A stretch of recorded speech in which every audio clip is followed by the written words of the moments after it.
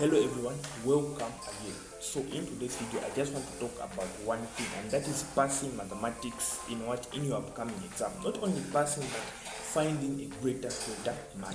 Yeah. So in my previous video I was talking about how you are going to clear your exam.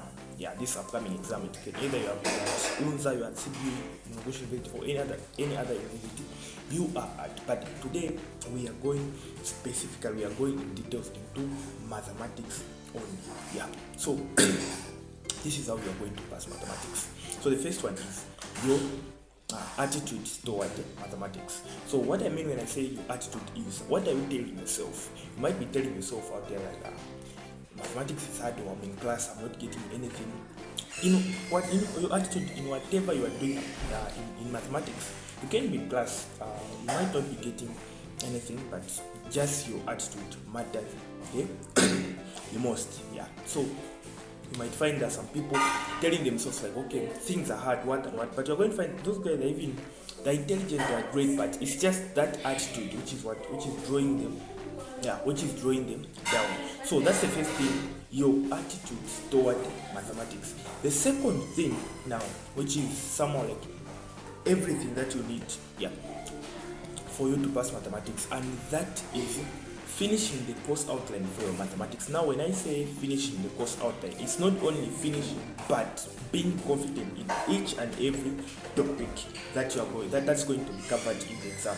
So you are going to find like one of the things that leads to us not doing well in the exam is because, for example, you do a topic in the last minute. So you might even do things that are going to come in the exam, but you did them in the last minute. It happened to me where something that I was doing the last night, I'm trying to bring it down on the paper, but I can't. So, but when you do those things in time, like you did them a long time ago, like right now, whereby the exam is still some days, for you to write the exam. You're going to find those things, you won't forget them because they have already become part of you. Now when you are going to do the things in the last minute, whereby it's a topic, quite alright, you might finish, but you are not fluent.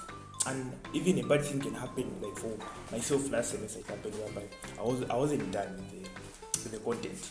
So that's the second thing. Be done with the content. Each and every topic that's going to be covered there, make sure you are fluent in it. Make sure each and every topic. The last one, which is the third thing, is now you need to be more confident in those topics. And how do you become more confident? If you expose yourself to questions, tutorial sheets, exam papers, and any other types of questions. So here you are making yourself more confident. Now here is what happens to most of the students, the types of students that you can find at universities. You are going to find that others, they usually jump direct to questions. They are trying to do questions, and also they get answers for those questions, so that maybe that questions can come in the exam. Quite alright, it's a good thing. But the best thing that you can have in mathematics is by making yourself more fluent in topics. Make yourself more confident. So at the end of the day, you are going to find that the most thing that matters here is what you finishing the content, but the speed. How fast can you finish those content? Because you might finish the content, but you finish it in the last minute. So that's the point for today. I once talked about mathematics, the secret to mathematics, in one of my previous videos. So if you haven't watched them, you can go back and watch them. So mathematics is one of the easiest courses, and it can be again one of the hardest courses.